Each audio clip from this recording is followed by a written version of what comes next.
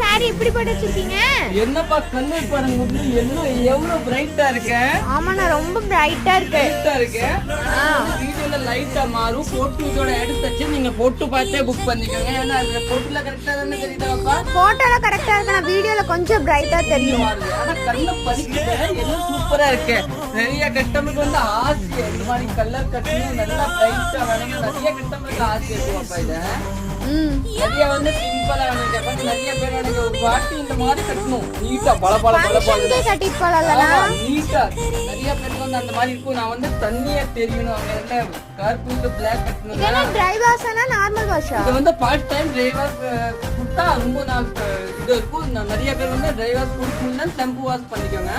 ஆனா இது இந்த சாரி பாத்தீங்கன்னா ட்ரை வாஷ் பண்ணா ரொம்ப நாள் உங்களுக்கு உழைக்கும். சாரி சூப்பரா இருக்கும்.